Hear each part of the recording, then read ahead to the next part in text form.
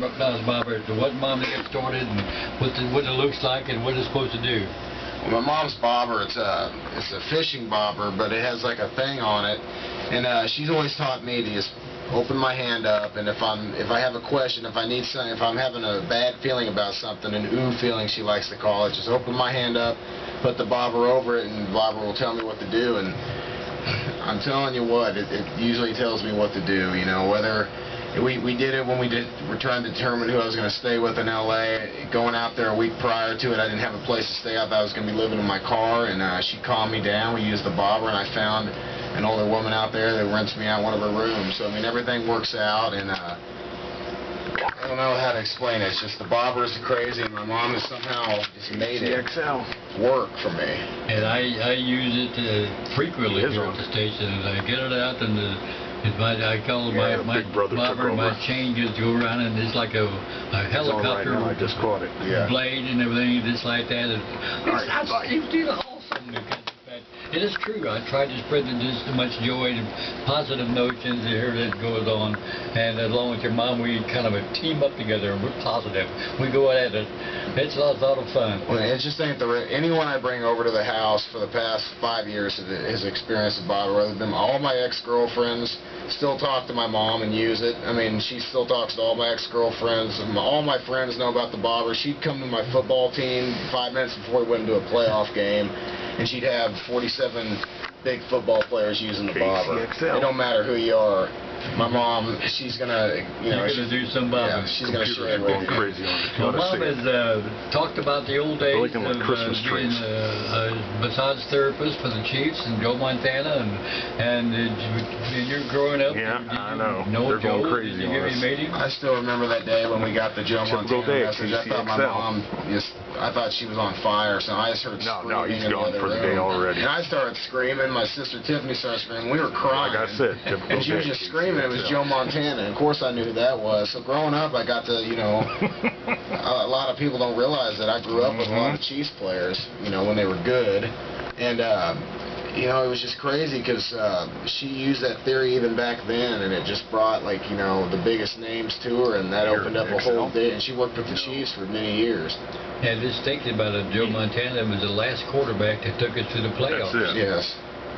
Because he had a good back and everything, his massage was good. That's right. And I remember that we were sitting in my old house. You know, we barely had any furniture in it. Everything was kind of going bad, and something needed to break. My mom always kept positive. You know, me and my sister never knew we were going through bad times. My mom was always so positive, no matter what was thrown at her. And that Joe Montana thing was just a wave that set her on to what she's doing now.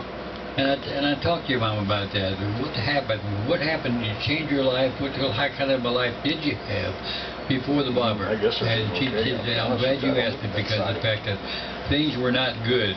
That things ran, and for some reason or other, a bobber came into her mind and went for that. Can you kind of relate to some of Mom's story?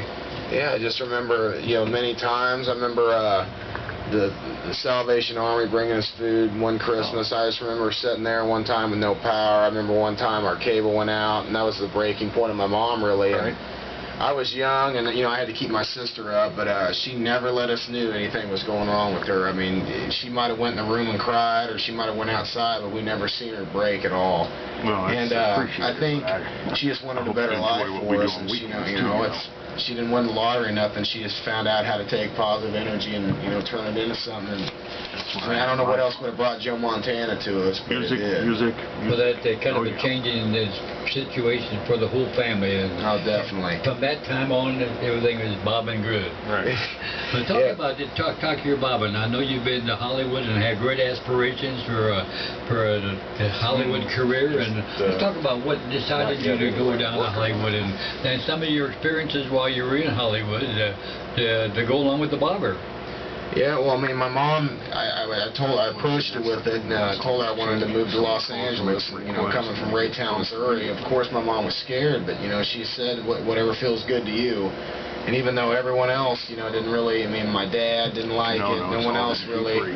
But my mom's side of the family has always been a big, you know, believer in that, supporters, and she has said, you know, you need to go and do what you think you need to do, and I used the bobber. I actually did use the bobber because I was really up and down about it, and the bobber told me to go down there, and I've been down there for the past 6 months, and it ain't home by any means, it ain't Kansas City, but I do love it, and I do plan to stay down there. But Hollywood, I would imagine, is a very, very tough nut to crack. Yeah, I don't ever want to hear anyone from Kansas City ever complain about traffic again. That's for sure, because they do not know what traffic is. But it's a big crazy maze down there. But it's not as hard as people think. If you stay positive for one, and you just go after what you want, that knocks out half the competition already. Because everyone down there is. If you question yourself, if you don't believe in your dream, you're not going to last. You're going to move back home. That's why over 30,000 people move down there a month and 30,000 move out.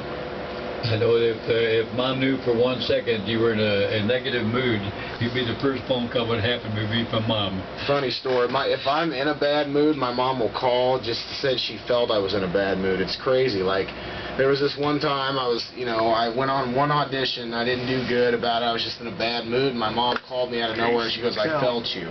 I just felt you were in a ooh mood." And I was like, how did you know that? And she goes, "Well, are you in a bad mood?" And I go, "Yeah, I'm in a very bad mood." That's just the power of my mom. That was insane. She's done it many times. If I'm in a good mood, if she goes, she'll call me out of nowhere. She goes, "Are you thinking about me?" I was like, "Yeah, I was just about to call you." And she just did that using the bobber or something. It's really scary sometimes, but it works. It's fantastic. And going to Hollywood, what are your aspirations, and who have you met, and what do you really want to do 5 years from now? Well, going down there so far, the one thing, I got in good with 2 upcoming directors, and that's, like, people don't realize that's kind of the biggest thing you can do down there. Everyone thinks you move down there and you go on auditions with Steven Spielberg and all that stuff. It don't work like that. And I've managed to go down there and rendezvous with the right people, as my mom would say. And I've shot 1 movie so far down there, and it's in film festivals right now. I ain't saying it's going to be Academy Award winning, but it's getting my face out there. And I've managed to go down there with little money, and I've got connections that will probably last a lifetime, or hopefully a successful career. Well, it's a lot of work involved in it. It doesn't just happen. You have to work on it. It's like a little, put a little drink into a glass, and you keep on putting a little bit more each day and a little bit more each day until the glass is full. And hopefully you've made it in some respect. It's not an easy situation in Hollywood. Not at all. But my mom just said, as long as I can get settled out there and just stay in it, if I have to work, 70 hours a week, the 2 hours I have free, I need to be on auditions, that's just, I have to go out there and chase it, because there are a lot of people out there with that dream, and I just happen to probably choose one of the hardest businesses to get in, so. But I do have one thing over most inspiring actors out there, and I'll have to say that's my mom. Well, and I totally agree with what your feelings about Mom and her positive attitude.